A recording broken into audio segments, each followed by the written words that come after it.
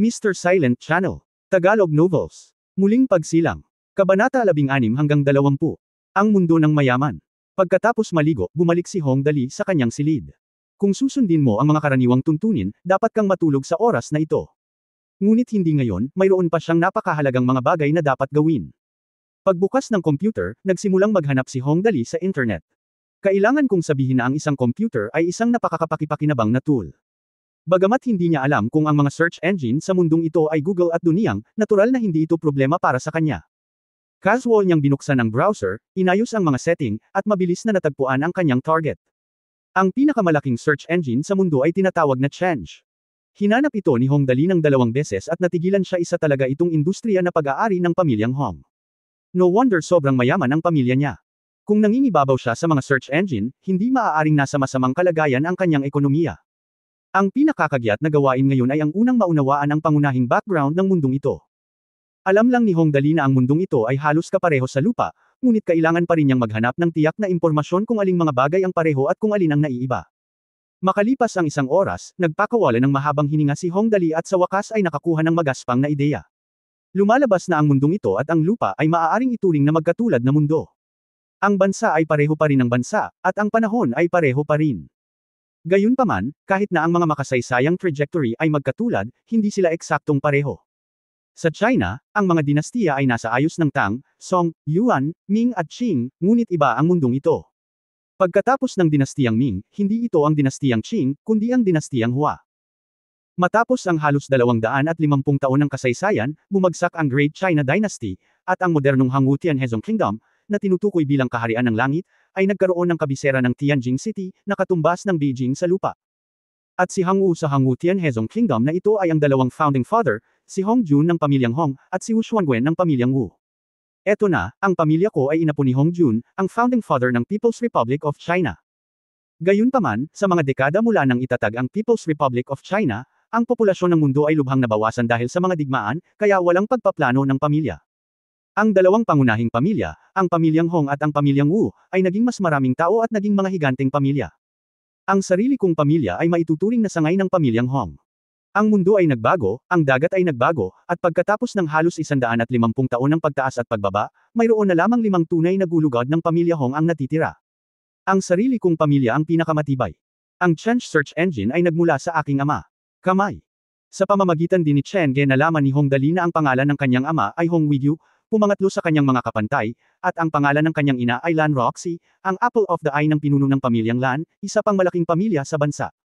Kung titingnan ito sa ganitong paraan, talagang kabilang ako sa isang karaniwang mayamang pamilya. Sayang naman kung hindi gumastos ng maayos sa status na ito. Sa usapin ng politika, nagsusumikap ang iba't ibang bansa para mapaunlad ang kanilang ekonomiya. Ang Europa ay palaging pinananatiling mababang profile. Ang mga maliliit na alitan sa pagitan ng Japan at ng Kaharian ng Langit sa Silangan ay hindi kailanman tumigil. Ang dakilang bansa sa Hilagang Amerika na John Laimei ay palaging pinananatili ang mata nito. Siyempre, ito ay pangkalahatang background lamang at walang gaanong kinalaman sa Hong Dali. Si Hong Dali ay nagkaroon lamang ng casual na pag-unawa dito. Sa usaping militar, ang Kaharian ng Langit ay may pinakamalakas na individual na kakayahan sa labanan, habang ang Europa at Estados Unidos ay may bahagyang mas mahusay na teknolohiya. Tungkol naman sa Japan na parang unggoy na tumatalon-talon, masasabi lang na ito ang pinakamakapal na balat. Alam kong mabuti ang malalaking aspeto, at sinisikap kong makabisado ang ilang maliliit na aspeto. Hindi tulad ng Earth, ang mundong ito ay mukhang hindi gaanong sikat sa mga tuntunin ng entertainment, at medyo desyerto. Halimbawa, ang mga pelikula, laro, musika, at iba pa. Sa kabaligtaran, ang sports ay napakapopular. Ang iba't ibang palakasan sa Kaharian ng Langit ay kabilang sa pinakamahusay sa mundo. Kahit na ang football ay isang pag-iral na nagpapaluhod sa ibang mga bansa. Dahil dito, hindi sikat sa iba si Hong Dali, na mahina mula pagkabata at buong araw lang na walang ginagawa kundi ang buong buhay. Sa pangkalahatan, maayos ang lahat. Habang tinitingnan ang impormasyon na nakadisplay sa screen ng computer, bumulong si Hong Dali, hindi naman gaanong naiiba sa kanyang inaakala. Sa ganoong kapaligiran, sayang naman kung hindi tayo gumagastos ng maayos. Sabihin ko na lang, sa venue na kasing laki ng Tube Rose, hindi out of tune ang pagkanta ng singer, bakit ang pangit? Maaari akong magkaroon ng pagkakataon na magtrabaho sa pelikula, telebisyon, musika sa laro at mga katulad na maaaring gawing mas komportable ang iyong buhay at madagdagan ang iyong mga katangian, kaya bakit hindi gawin ito, haha. Siya. Tumingin sa oras at nakitang 1:00 na ng umaga. Huminga siya ng mahaba at sinabing, matulog ka na. Kailangan mong pumasok sa paaralan bukas. Hindi ko alam kung ano ang paaralan. Kailangan mong mag-ingat at huwag ilantad ang anumang mga pagkukulang. Walang salita sa buong gabi. Kinaumagahan, maagang kumatok si Ling Xiaoyi, na nakasuot ng magandang ngunit may kakayahang maid, sa pinto ni Hongdali at mahinang sinabi, "Young Master, oras na para bumangon." Oh, napakaaga. Malabo na tumingin si Hongdali sa platinum at diamond-encrusted electronic clock na nakasabit sa dingding. 6:00 pa lang noon. Ito ay talagang medyo maaga para kay Hongdali, na natulog ng 1:00 ng umaga. Ang malaking oso sa kanyang mga bisig ay tumalikod, "Sabihin mo sa akin na matulog ng kaunti, inaantok na ako." Si Ling Xiaoyi sa labas ng pinto ay hindi alam kung tatawa o iiyak, at mahinang kumatok sa pinto, "Young Master, kung hindi ka mabilis bumangon, ngunit huli ka na. Late ka lang, ano bang problema?" Napatikip lang si Hongdali sa kanyang mga tainga. Ang pagtulog hanggang sa magising ka ay natural na dapat gawin ng isang kwalipikadong alibughang. Tinakpan lang ni Ling Dali ang kanyang mga tainga. Magagawa lamang ni Xiaoyi ang pangwakas na pakikibaka, "Young Master, kung mahuhuli ka, ang kahihinatnan ay magiging napakaseryoso." Sinabi ng Master at Madam na kung ang Master ay hindi bumangon sa oras, ang baon ngayon ay mawawala. Kung wala kang baon, walang, bamulong ng ilang salita si Hongdali, at habang nagsasalita siya, mas napagtanto niyang may mali. May baon ka ba? Kung wala kang baon, hindi mo kayang gastusin ang iyong pamilya. Kung hindi mo kayang gastusin ang iyong pamilya, hindi mo mapapalaki ang iyong mga katangian. Kung hindi mo mapalago ang iyong mga katangian, hindi mo maibabalik ang iyong kaluwalhatian ng lalaki. Waller na gumagapas ng damo, ang mga kahihinatnan nito ay napakaseryoso. Ngumuso si Hongdali at tumayo, "Halika, dito na tayo, kahit matulog ka ng kaunti, hindi ka na mabubuhay." Si Ling Xiaoyi ay ganap na hindi nakaimik. Sa kabutihang palad, mabilis na nagbihis si Hongdali at lumabas ng silid, naglakad palayo. Patuloy siyang nontog sa dingding, "Inaantok na ako. Hindi pa maliwanag. Dalhin mo akong maligo." "Oo nga pala, gusto kong uminom ng soy milk para sa almusal." Pagkatapos ng pansamantalang 10 minutong espesyal na sesyon kagabi, pagkatapos ng pagsasanay, kabisado na ni Ling Xiaoyi ang mga lokasyon ng mga pangunahing silid sa villa. Siya ay isang napakatalino na batang babae, higit sa lahat ay naaalala lamang niya ang mga lokasyon ng banyo, kusina at kwarto ni Hongdali. Tungkol naman sa iba, hindi man lang siya nagtanong ng kahit isang dagdag na salita. Ang ama ni Hongdali, si Hong Wigyo, ay lubos na nasisiyahan dito. Habang naglalakad papunta sa banyo, bamulong si Ling Xiaoyi, "Young Master, nakahanda na ang almusal." Ito ay 3 pinggan at isang sopas na espesyal na ginawa ng mga nangungunang chef sa Tianjin City, ngunit walang soy milk. Walang soy milk.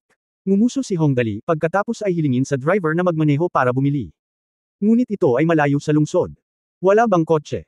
Bilang isang kwalipikadong aliberga, hindi ito nagkakahalaga ng 20 paano ka makakabili ng soy milk sa halagang 1 yuan para sa 1 yuan ng gas. Natigilan si Ling Xiaoyi, okay. Hindi ko talaga maintindihan ang mundo ng mga mayayaman, mahal. Kabanata 17 Alibughang Almusal. Humingi ng boto ng rekomendasyon. Gatlang M. Narinig ko na gusto ni Young Master Dali na uminom ng soy milk, ngunit sa loob lamang ng kalahating minuto, ang buong villa ay nagulo. Gusto ng Young Master na uminom ng soy milk. Naghuhugas siya ngayon. Kailangan mong ibalik ang soy milk sa loob ng 5 minuto. Kailangang mainit at masarap ang lasa. Naiintindihan mo ba? Inayos ng matandang kasambahay ang kanyang salamin. Siya ay nasa edad na 60. Ngunit ang kanyang katawan ay tuwid, at patuloy niyang sinasabi sa mga katulong, ang isa na may pinakamahusay na kasanayan sa pagmamaneho ay aalis na ngayon. Inihanda ng iba ang lahat ng kailangan ng Young Master para sa paaralan. Ang lahat ng mga damit, mga mobile phone, mga bag sa paaralan, at mga leather na sapatos ay pinakintab para sa akin. Kung nakakita ako ng isang maliit na alikabok, maaari kayong mag-impake at umalis, magmadali. Kasunod ng utos ng matandang kasambahay, hindi bababa sa 10 kasambahay sa villa ang nagsimulang maghanda ng mga damit, sapatos, medyas, bag, at mobile phone na isusuot ni Hongdali sa paaralan. Ang mga damit ngayon ay mahal na mga replika ng mga uniforme sa paaralan na espesyal na binili mula sa pinakasikat na lumang sastre na tindahan ng damit na gawa sa kamay sa Tianjin City. Ang mga medyas ay puting Shelton na medyas na hinabi mula sa purong natural na cotton thread. Hindi na kailangang sabihin, ang mga leather na sapatos ay ang pinakamahusay na Lannerluca crocodile leather na sapatos. Bilang karagdagan, ang isang pares ng Dankyo sneakers ay espesyal na inihanda para kay Master Dali. Itong pares lang ng black sneakers, 14,500 ang market price. Ang mobile phone ngayon ay isang Yali mobile phone na may platinum na katawan na nilagyan ng mga diamante. Ito ay isang limitadong edisyon na may 50 unit lamang sa mundo. Ito ay isang ganap na luxury accessory. Siyempre, hindi masasabi ang habang buhay ng teleponong ito. Hindi sinasadyang napabuntong hininga ang dalaga habang inihahanda ang telepono.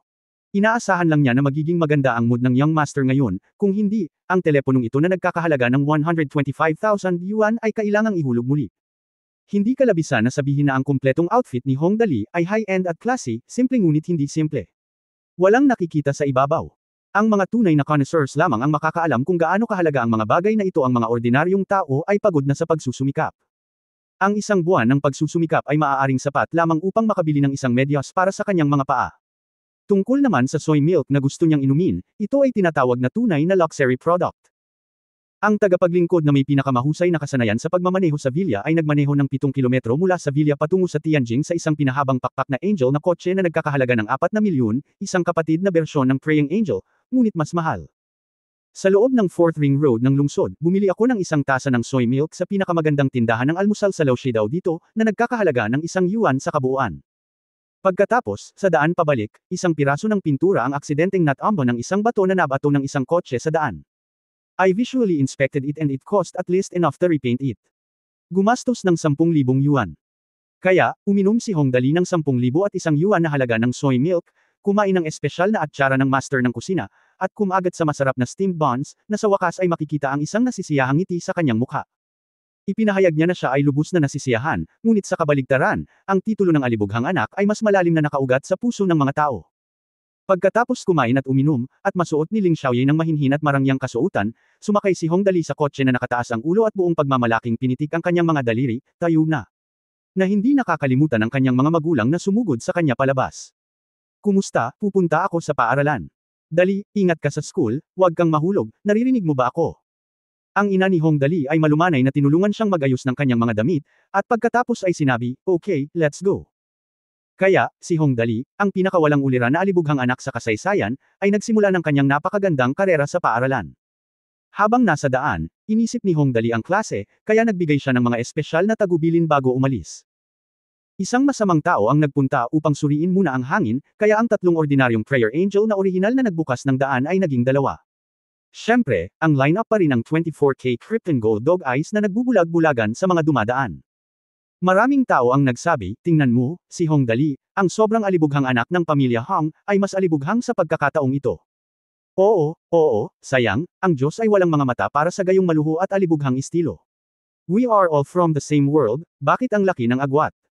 Hindi may kukumpara.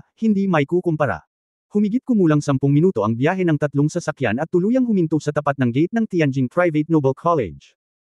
Ang pribadong aristokratikong kolehiyo ng Tianjin City ay sikat sa bagong estilo at mataas na panlasa nito. Ang bagong modelo ay nangangahulugan ng pagbabago at kumpletong pagsunod sa mga batas ng edukasyon at merkado. Ang ibig sabihin ng bagong modelo ay mahigpit na nakikilala mula sa modelo ng edukasyon na isinasaalang-alang ang mga eksaminasyon bilang pangwakas na layunin. Ang mataas na lasa ay nangangahulugan ng mataas na kalidad, mataas na pamantayan, at mataas na kahusayan, mataas na emosyon, mataas na serbisyo, at mataas na grado, pati na rin ang mataas na teknolohiya, mataas na marketization, at mataas na personalization. Siyempre, lahat ng ito ay kalokohan. Sa maraming kaso, ang katotohanan ng bagay ay hindi ganoon kakomplikado. Kung susumayan, ito ang pinakamaluho, pinakaligtas at pinakamahal na paaralan sa Tianjin City. Ito ang pinakaangkop na paaralan para pag-aralan ni Hong Dali, isang alibughang anak. Kaya dito nag-aral si Hong Dali, yun lang. Magalang na binuksan ng driver ang pinto ng sasakyan. Pinunasan ni Hong Dali ang kanyang ilong at lumabas ng sasakyan. Tumingin siya sa 4 na karakter na, Tianjin Academy, sa gate ng paaralan at desididong nagpahayag ng kanyang opinyon, hindi ito ginto, masamang pagsusuri. 4 na salita ito, dahil sa puso ng mga ordinaryong tao, ang alinmang pribadong aristokratikong paaralan ay isang lugar kung saan itinataas ang isang grupo ng mga alibughang mayayamang mag-aaral sa ikalawang henerasyon, at ang kanilang katayuan sa sistema ng edukasyon ay mas malala kaysa sa mga normal na paaralan kung saan naninirahan ang mga mag-aaral mula sa mahihirap na pamilya. Isang seksyon, kaya ang mga pribadong paaralan ay karaniwang nag-aalis ng kanilang mga pangalan. Halimbawa, itong pribadong aristokratikong kolehiyo sa Tianjin City, na tinutukoy bilang Tianjin College, ay mukhang high-end at marilag. Sa oras na ito, ang doglegger na may pananagutan sa pagtatanong tungkol sa balita ng maaga ay tumakbo pabalik at bumulong sa tenga ni Hong Dali, young master, ang death class ay class 14 sa ikalawang taon. Ito ang pinakamaingay at magulo na klase sa buong paaralan. Mayroong kabuuang 42 tao, kabilang ang 18 lalaki at 20 babae, lahat sila ay mahirap pamahalaan. Matapos sabihin ang mga salitang ito, hindi ko nakalimutang bumantong hininga sa dulo, young master, itong klase na kinabibilangan mo ay, ngunit talagang, hindi kita personal na mapoprotektahan, kaya talagang nag-aalala ako. Kung nag-aalala ka tungkol sa anumang bagay, ang lahat ng ito ay walang kwenta, walang kwenta. Sa dalawang buhay ko, anong mga laban ang hindi ko nakita? Hindi lahat pambata dito, simple lang. Pumasok si Hong Dali sa gate ng paaralan na nakataas ang ulo, okay, guys, please stay nearly. Papasok muna ako sa klase. Kung may mangyari, ipapaalam ko sa inyo. Pagkatapos nito, tumingin siya kay Ling Xiaoyi na nakatayo sa isang tabi, nga pala, Xiaoyi, tandaan mong bilhin lahat ng aso para sa akin ngayon. Makikita ko sila ngayong gabi. Okay, young master. Binati ni Ling Xiaoyi si Hong Dali, young master, mangyaring makasigurado. Sige, alis na ako. Pagkatapos ng mahabang pagliban sa high school, ako, si Hong Dali, ay bumalik. Mga cute na high school students, humanda kayo sa mga pakulo ng pinakaalibughang anak sa kasaysayan, ha ha ha ha. Kabanata 18, ang dakilang kapangyarihan ay maaaring gumawa ng mga himala, hindi mo ba narinig? Gaya nga ng kasabihan, bagamat lahat ng tao sa mundong ito ay sinasabing pantay-pantay, sa Tianjin Academy kung saan nag-aral si Hong Dali, malinaw pa rin itong nahahati sa 3, 6, at 9 na baitang, at walang duda na ang Hong Dali ay tiyak na kabilang sa pinakamataas na grado. Ang maliit na bahagi na iyon ay ang karaniwang tinatawag na tuktok ng pyramid. Kaya't nang makita ng mga estudyante sa paaralan si Hong Dali, nagsimula silang lahat na kumusta mula sa malayo, magandang umaga, Guru Dali. Master Dali, napaaga ka ngayon. Master Dali, libre ka ba sa tanghali? Pwede ba tayong magsama? Gusto mong kumain? Tungkol sa sitwasyong ito, natural na sinunod ni Hong Dali ang mga lumang tuntunin, tumanggo lang at ngumiti, at hindi madaling magsalita. Pagkaraan ng 2 hakbang, isang magandang babae ang tumakbo mula sa malayo, lumapit sa tabi ni Hong Dali, at nagsabi, Master Dali, samahan mo ako sa klase Dali. Hinahanap ka ni Master Liu Mingcheng sa buong mundo, kaya mag-ingat ka. Ang ilan? Master Liu Mingcheng. Sino ang lalaking ito? Ano ang hinahanap niya sa akin? Ngunit sa anumang kaso, ang tunay na atensyon ni Hong Dali sa mga oras na ito ay ganap na nakatuon sa babaeng ito, hindi ito naakit ng pagnanasa, ngunit may nagdala sa kanya sa klase upang maiwasan ang kakaibang sitwasyon na hindi niya mahanap ang klase. Nangyari, ito talaga ang dapat pasalamatan. Kaya't masayang sinubukan ni Hong Dali ang kanyang makakaya upang mapabilis ng kaunti ang kanyang lakad at sinundan ang babae hanggang sa klase. Sabi nga sa kasabihan, maraming hindi kasiya siya sa mundong ito, at mayroon ding masasamang espiritu na mabuti ngunit hindi epektibo. Makalipas lamang ang paglalakad ng ilang dosenang metro, isang malamig na tawa ang nagmula sa kanyang tabi, Hoy, Hong. Dali, para kang asong naliligaw, ano bang problema mo? Bakit ka ba nagmamadali? Pagkatapos ay malamig niyang sinabi sa dalaga, Jijiruo, hindi ko inaasahan na maglalakas loob kang magsabi ng totoo, hindi ka mahiyain, bibigyan kita ng 3 sa ilang segundo, mawawala ka sa aking mga mata, kung hindi, napakaganda mo. Ang matangkad at payat na batang lalaki sa harapan ko, na halos 1.8 metro ang taas, ay ang young master na si Liu Mingcheng na binanggit noon ng kaklase na nagngangalang Jijiruo. Mula sa kausap niya, narinig ni Hong Dali ang hindi bababa sa 5 piraso ng impormasyon. Una, medyo masama ang relasyon ng dalawa, at pangalawa, dapat ay marami na akong naranasan kay Liu Mingcheng noon. Pangatlo, dahil siya ang pinakamatandang young master ng pamilyang Hong, isang nag-iisang panla sa 1,000 ektarya ng lupa, at si Liu Mingcheng ay naglakas loob na makipag-usap sa kanya ng ganito, tila ang background ng kanyang pamilya ay tiyak na hindi mas masama kaysa sa kanyang sarili. Pang-apat, mukhang handa siyang mabuti ngayong araw dahil sinabihan siya ni Jijiruo na umalis kaagad. Ikalima, itong si Jijiruo ay tinansya na ang kanyang pamilya ay ibang-iba sa kanyang pamilya at kay Liu Mingcheng, kung hindi ay hindi siya maitaboy ni Liu Mingcheng ng ganito. Ngayong mayroon na siya ng impormasyong ito, natural na kailangang magpatibay ng diskarte sa pagtugon si Hong Dali. Hindi bababa sa hindi siya dapat pakawalan ni Jijiruo kung hindi, sino ang maghahatid sa kanya sa silid-aralan. Kaya tumayo lang si Hong Dali sa harap ni Jijiruo at nakangiting sinabi, Liu Mingcheng, hindi na kailangang ilabas ang galit natin sa iba tungkol sa nangyayari sa atin. Kung may sasabihin ka, sabihin mo lang. Nagmamadali pa akong pumasok sa klase. Well, mukhang malaki ang pinagbago mo. How dare you talk to me ng ganito? Medyo nalilito ang mga mata ni Liu Mingcheng, at naisip niya sa sarili, maling gamot ba ang iniinom ng alibughang bata ngayon? Hindi ba't ganito siya noong nakita niya ako noon? Gusto mo bang mabilis na tumakas ngayon? Bagamat naisip niya, sikat si Liu Mingcheng sa Tianjin College sa pambubuli kay Hong Dali noon. Magkatunggali ang dalawang pamilya, at tiyak na hindi maayos ang kanilang relasyon. Kinokontrol ng pamilyang Hong Dali ang Chench search engine, habang kinokontrol ng pamilyang Liu Mingcheng ang Turkey Chat software. Pareho silang ordinaryong behemoth. Ang pamilyang Liu Mingcheng ay nagnanais na makipag-ugnayan sa mga search engine, habang ang pamilyang Hong Dali ay palaging nais na makahanap ng mga pagkakataon upang bumuo ng software ng chat. Para sa kadahilanang ito, ang relasyon ay maaaring isipin. Sinabi ni Liu Mingcheng, Hong Dali, nabalitaan ko na sikat ka kagabi. Dinala mo talaga si Tang Moxon sa nightclub para gumastos ng pera. Binalaan na kita noon na huwag lumapit kay Tang Moxon. Sa palagay mo ba nabibingi ang mga salita ko? Sabi ko oo. Anong nangyari? Nagseselos pala. Hong Dali picked his nose inferently. Prodigal money is my hobby. It is naturally not as interesting for one person to waste money as two people to do it together. By the way, if you are looking for a reason, you should find a suitable one, right? For such a big person, gusto mo pa ring magselos. Nahihiya ka ba? Pagkatapos sabihin ito ni Hong Dali, marahang hinayla ni Gigi Ruo ang mangga sa likod niya. Dali, alis ka na, baka magdusa ka.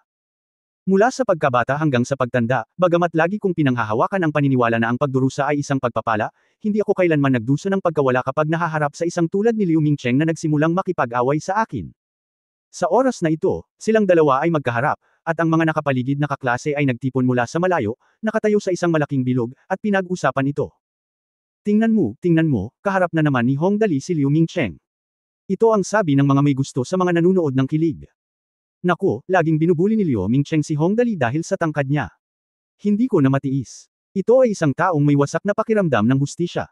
Napansin mo ba, napakagwapo ng pangilong kilos ni Master Dali? No need to ask, siguradong nympho girl ito. Master Liu, bugbugin mo siya. Ito ay natural na kasabwat ni Liu Mingcheng. Sa pakikinig sa mga talakayan sa paligid niya, mukhang hindi sigurado si Liu Mingcheng. Ngayon siya ay dumating upang gulo si Hong Dali.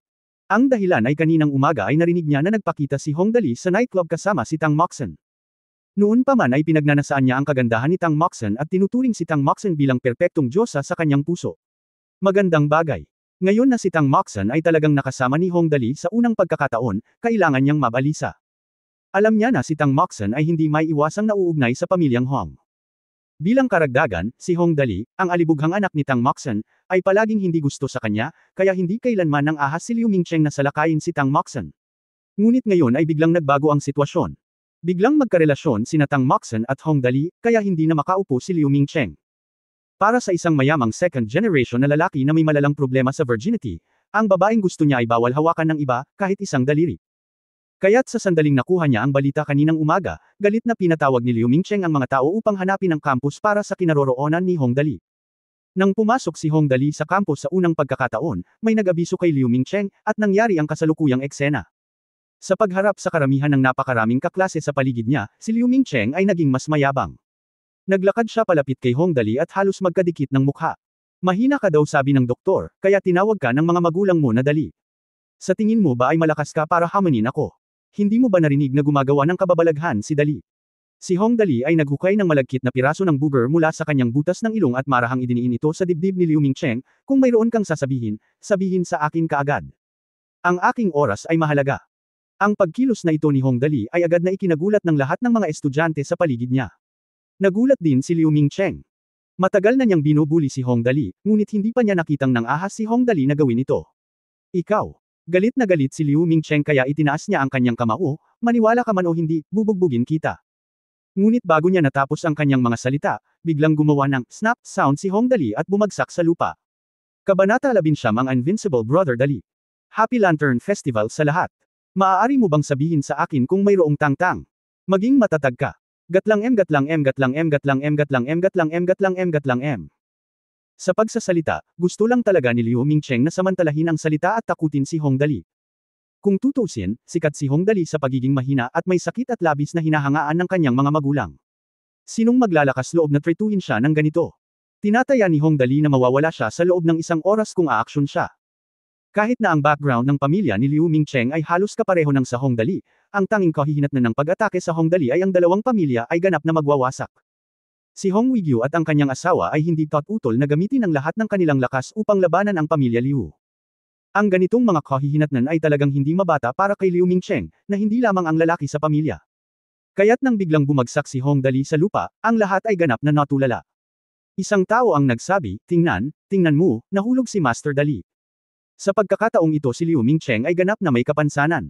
Ang pangalawang tao ay nagsabi, oo, si Master Dali ay kilalang mahina. Kung siya ay talagang bumagsak sa pagkakataong ito, anyway, si Liu Mingcheng ay papatayin ng kanyang ama. Ang pangatlong tao ay nagsabi, ngunit hindi ko napansin na kumilos si Liu Mingcheng ngayon lang, paano ba natamba si Hong Dali? Ang pang-apat na tao ay tiyak na nagpaliwanag, mahina siyang Master Dali. Hindi tulad ng hindi niya alam na itinaas ni Liu Mingcheng ang kanyang kamao sa isang nakakatakot na porma sayon, si Master Dali ay halatang natatakot.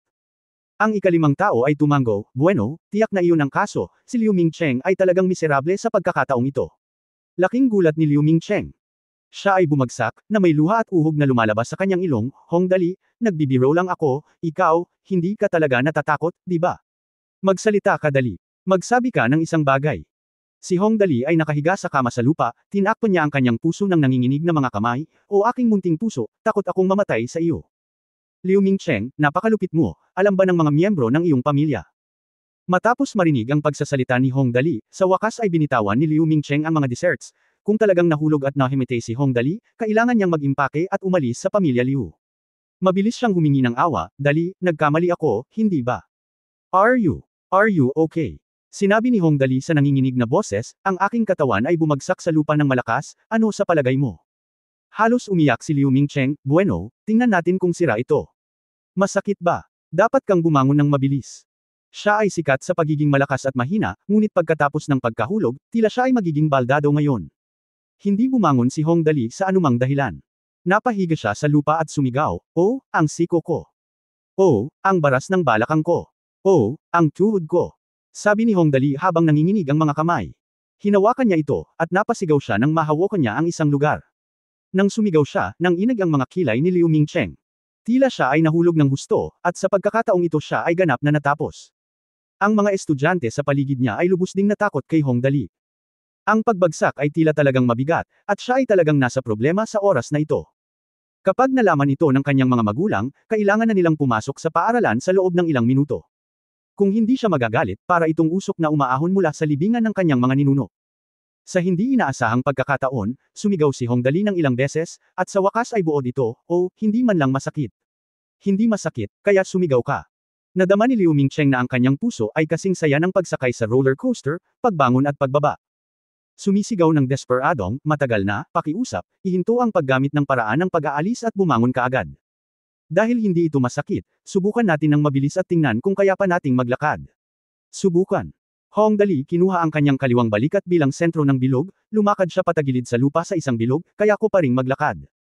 Tuluyan nang bumagsak si Liu Mingcheng, hinihiling ko sa iyo na tumayo at maglakad, huwag maglakad ng paikot-ikot ayon sa relo. Pakiusap, tumayo ka kaagad, okay. Mali ako at may kasalanan ako, maaari ka bang bumangon muna? Sa oras na ito, si Jijiro, na nakatayo sa likod ni Hong Dali, ay hindi na nakatiis. Ang batang babae ay halatang katapat ni Hong Dali at tumingkayad. Pinuprotektahan niya si Hong Dali gamit ang kanyang katawan at malakas na sinabi, bakit ka nagmamadali?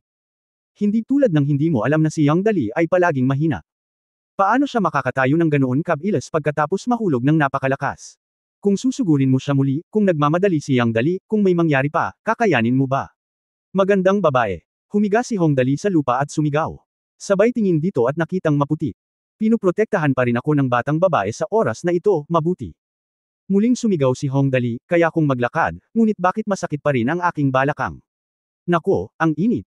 Galit na sabi ni Liu Mingcheng, napahid mo lang ito kapag umiikot ka. Mabuti kung walang sparks. Ah, talaga. Nanginginig na sumigaw si Hong Dali, naku, nahulog ako ng husto ngayon, bakit hindi ako makabangon? Oops, medyo nahihilo ako. Ikaw, huwag mo akong takutin. Paano kung ipadala kita sa ospital ng mabilis? Si Liu Mingcheng ay halatang natakot kay Hong Dali at nagmakaawa, paano ka? Hanggat kaya ko, papayag ba ako? Bagamat mabait si Tang Moxon, ang pagkakakilanlan ng pangalawang young master ng pamilya Liu ay halatang mas mahalaga. Kung wala ang pagkakakilanlang ito, hindi siya makakaligtas sa natitirang bahagi ng kanyang buhay. Talaga, pangako talaga. Si Hong Dali ay nakahiga sa lupa at kumikibot-kibot, mukhang nakakatakot hanggat maaari. Ipinapangako ko sa iyo ang lahat. Sumasang-ayon ako sa anumang sasabihin mo. Bumagsak si Liu Mingcheng at sinabing, bumangon ka kaagad, Kuya Dali. Ikaw ay aking kapatid, okay. Well, then I will say it. Sabi ni Hong Dali lumuhad ang mukha niya at nanginginig ang mga braso, nako, nagmamadali akong lumabas kaninang umaga. Nakalimutan kong humingi ng pera. Wala akong panggastos ngayon. Ibibigay ko. Nagmamadaling inilagay ni Liu Mingcheng ang kanyang kamay sa kanyang bulsa. Naglabas siya ng card at sinabing, ito ang mga gastusin ko para sa linggong ito, mga 500,000 yuan. Ang password ay 123,456. Ibibigay ko sa iyo ang card na ito, okay. Talagang ibinigay sa akin. Sumenya si Hong Dali. Kinuha ni Gigi Ruo ang card, naku, gamaan na ang pakiramdam ko sa wakas, ngunit medyo namamanhid pa rin ang mga paa ko. Nabalitaan ko na karaniwan kang nagmamaneho ng magandang kotse. Desididong kinuha ni Liu Mingcheng ang mga susi ng kotse, ibibigay ko rin sa iyo, okay. Kuya Dali, ikaw ang kapatid ko, maaari ka bang bumangon kaagad? Nakikiusap ako sa iyo. Kung hindi mo hikayatin si Hong Dali na bumangon ng mabilis, paano kung ang balita ay makarating sa tenga ng kanyang mga magulang? Ganap na natapos. Talaga, kung gayon, salamat. Itinuro ni Hong Dali si Gigi Ruo, Jiruo, tulungan mo ako, hayaan mo akong subukan at tingnan kung okay ang lahat. Oh, okay, ikaw, mag-ingat ka. Inunat ni Gigi Ruo ang kanyang maliit na kamay para hawakan si Hong Dali. Walang ibang pakialam si Liu Mingcheng sa oras na ito, kaya dali-dali siyang tumulong, at sa wakas ay tinulungang tumayo si Hong Dali. Pakinggan lang si Hong Dali na nanginginig na nagsasabi, oh, okay, parang walang seryoso. Ayos lang, ayos lang. Desididong ipinakita ni Liu Mingcheng ang bilis ng 100-meter race sa oras na ito, na maihahambing sa paggliding sa runway. Nawala ang bumbero sa isang kisap mata. Nang makitang tumatakbo ang batang ito, sumanggot si Hong Dali at tinapik ang dumi sa kanyang katawan. Tuwang-tuwa na siya, binata, awayin mo ako. Kahit na nagmamaneho ka ng malaking Bentley, gusto ko pa ring sumakay ka. Magbisikleta pabalik. Kabanata 20 ang klasikong pambansang sumpa ni Mayor Jiang. Matapos takutin si Liu Mingcheng, sinundan ni Hong Dali si Gigi Ruo patungo sa klase. Habang nasa daan, casual na inilagay ni Hong Dali ang bank card na may higit sa 500,000 yuan sa kamay ni Gigi Ruo, at nakangiting sinabi, ibinigay ko sa iyo ang perang ito, at kailangan kong magpasalamat sa iyong pakikipag-usap para sa akin ngayon. Sinabi ng pamilya ni Gigi Ruo na maaari siyang ituring na multi-millionaire, kung hindi, paano siya mag-aaral sa pinakamahal na pribadong paaralan sa Beijing. Bagamat maganda ang kalagayan ng kanyang pamilya, halatang hindi ito sapat kumpara kay Hong Dali. Ang mahigit 500,000 ay hindi maliit na halaga para sa kanya. Namula ang mukha ng batang babae sa takot, at nag-aalalang sinabi niya, Master Dali, hindi ko matatanggap ang perang ito. Oo, tanggapin mo na lang kung hihilingin ko sa iyo. Ang daming kalokohan. Walang pakialam si Hong Dali dyan. Higit sa 500,000 ay isang astronomical figure sa paningin ng iba, ngunit sa kanya ito ay isang araw na baon lang. Siyempre, kailangan niya ang tulong ni Gigi Ruo sa isang bagay, siya nga pala, kaya mo bang magmaneho? Ang kotse ni Liu Mingcheng ay ihahatid sa gate ng paaralan para sa akin pagkatapos ng paaralan sa tanghali. Pagkatapos ay hihilingin ko sa aking mga natalo na alisin ang mga nakawan. Pagkatapos ay ibinigay niya ang susi ng kotse na ibinigay ni Liu Mingcheng. Well, then. Bagamat ayaw tanggapin ni Gigi Ruo ang pera, hindi siya naglakas loob na suwayan ang utos ni Hong Dali, kaya kinailangan niyang tanggapin ito ng hindi mapakali, at pagkatapos ay nagtanong sa mahinang boses, Master Dali, wala ka ba talagang ginawa ngayon? Okay lang ba? Ayos lang. Ano kayang mangyayari sa akin? Ang kalagayang pangkalusugan ng Hong Dali ay umabot na sa 45 puntos. Kahit na mas malala pa ito kaysa sa mga ordinaryong tao, kusa lang siyang nahulog at naghanda. Walang problema sa lahat. Habang naglalakad silang dalawa, paminsan-minsan ay palihim na pinagmamasdan ni Hong Dali si Gigi Ruo. Ang maliit na batang babae na ito ay hindi gaanong maganda kaysa sa kanyang kasintahang si Tang Moxon, at siya ay nasa gitna lamang ng grupo kumpara kay Ling Xiaoyi, ngunit siya ay mas banayad at responsable. Buti na lang may ganyang kaklase. Siyempre, ang pinakamahalagang bagay ay na kung nais mong maunawaan ang klase na iyong kinaroroonan, ito ay magiging doble ng resulta sa kalahati ng pagsisikap kung mayroon kang isang maliit na batang babae upang tulungan ka. Hindi nagtagal, dumating na silang dalawa sa pintuan ng Class 2, Class 14, ang death class kung saan naroon si Hong Dali. Sa malayo, narinig ni Hong Dali ang nakakabinging ingay na nagmumula sa silid-aralan. Siyempre, ang mga ito ay wala. Ang talagang nakakuha ng atensyon niya ay nakita niya si Tang Moxon na naghihintay sa pintuan ng classroom. Pumasok ka muna at tulungan mo akong dalhin ang bag ko. Bagamat hindi alam ni Hong Dali kung saang upuan siya naroroon, mabilis niyang inilagay ang kanyang bag sa kamay ni Gigi Ruo. After staying like this for a while at pagpasok sa classroom, natural ang upuan ko kung nasaan ang school bag ko. Ito ay napakasimple. Sige, pasok muna ako. Kinuha ni Gigi Ruo ang purong crocodile leather na school bag ni Hong Dali na nagkakahalaga ng 10,000 yuan at sinabi, Master Dali, mag-ingat ka. Maraming magugulong bagay sa lupa sa silid-aralan, kaya huwag itong mahulog. Okay, alam ko. Pagkatapos paalisin si Gigi Ruo, lumapit si Hong Dali kay Tang Moxon at nagtanong, nandito ka para hanapin ako. Tumingin si Tang Moxon kay Hong Dali pataas at pababa, at ang kanyang tono ay medyo nalilito. Mas malumanay ang ilan, Dali, ngayon ko lang narinig sa kaklase ko na nahulog ka. Medyo nababalisa ako, kaya lumapit ako para tingnan. Okay ka lang. Pagkatapos ay tumingin siya ng mabuti pataas at pababa, kaliwat kanan. Okay lang. Si Hong Dali ay lubos na nagulat sa mga salita ni Tang Moxon, ngunit hindi ba palagi mo akong inaayawan? Bakit napaka-proaktibo mong lumapit sa akin ngayon? Ang babaeng ito, si PNZ, ay palaging nagmamalasakit sa kanyang alibughang anak. Bilang tao, bihira lang akong maging mabait sa sarili ko. Ang katotohanan na pumunta siya rito para alagaan siya ngayon ay hindi inaasahan ni Hong Dali. Nang makitang walang tao sa paligid, namula si Tang Moxon at Bam Ulong, sino? Sino ang nagkusa? Naisip ko lang. Kahit anong mangyari, ako ang nobya mo ngayon, at palagi kang mahina. Natatakot akong masaktan ka. May konsensya ang batang ito. Sa katunayan, walang magandang pakiramdam si Tang Moxon sa kanya, at talagang hindi siya sinisisi ni Hong Dali. Siya ay isang alibughang babae, ngunit itong si Tang Moxon ay isang magandang babae na mahusay sa moral at pag-aaral at mahusay sa lahat ng aspeto. Ito ay ganap na makatwiran para sa kanya na hindi naayawan sa kanya. Kung nagmamadali siyang pakasalan ito, nangangahulugan ito na sumasamba siya sa pera at may mga problema sa kanyang pagkatao. Kaya hindi kailanman nagalit sa kanya si Hong Dali. Nang marinig niyang sinabi niya ito, mayroon ding pambihirang banayad na tono si Hong Dali, salamat ng maaga. Ayos lang ako. Huwag kang mag-alala. Napakaganda ng kalagayan ko ngayon. Ngunit bago pa man siya makapagsalita ng ilang salita, biglang nagbago ang kanyang tono, nga pala, hiniling ko kay Xiaoyi na kumuha ng ilang mga aso. Sumama ka sa akin para makita sila mamayang gabi. May mga Tibetan Mastiff, Chow Chows, Huskies, at Samoyed, sa palagay ko. Maaaring may ilang daang plano kung gumastos ng mas maraming pera ngayong gabi. Ikaw, marunong kang gumastos ng pera. Namula sa galit ang magandang mukha ni Tang Moxon. Baliwala ka. Ang dami mong kinukuha na bahay sa mabahong lugar na yan para lang mag-alaga ng aso. Nakakainis talaga. Hindi naman ganoon kaseryoso di ba? Tutal, bahay naman yan sa Tianjin City, ang kabisera ng lungsod. Bibili ako. Masasabing maliit na basura lang ang fixed real estate, bakit ganyan ang reaksyon mo? Hindi napigilan ni Hong Dali na makipagtalo sa kanya, sa tingin ko ito ay isang maliit na basura. Pumunta ka sa basurahan, babalik ako sa klase. Go! Ngumuso si Tang Moxon, tumaas ang kanyang pink at malarosas na bibig, tumalikod siya at tumakbo palayo. Ganon ba nakakatakot? Ngumuso si Hong Dali, kalimutan mo na ito, bumalik muna tayo sa klase. Maaga akong nagising ngayon, kaya kailangan kong abutin ang aking pagtulog.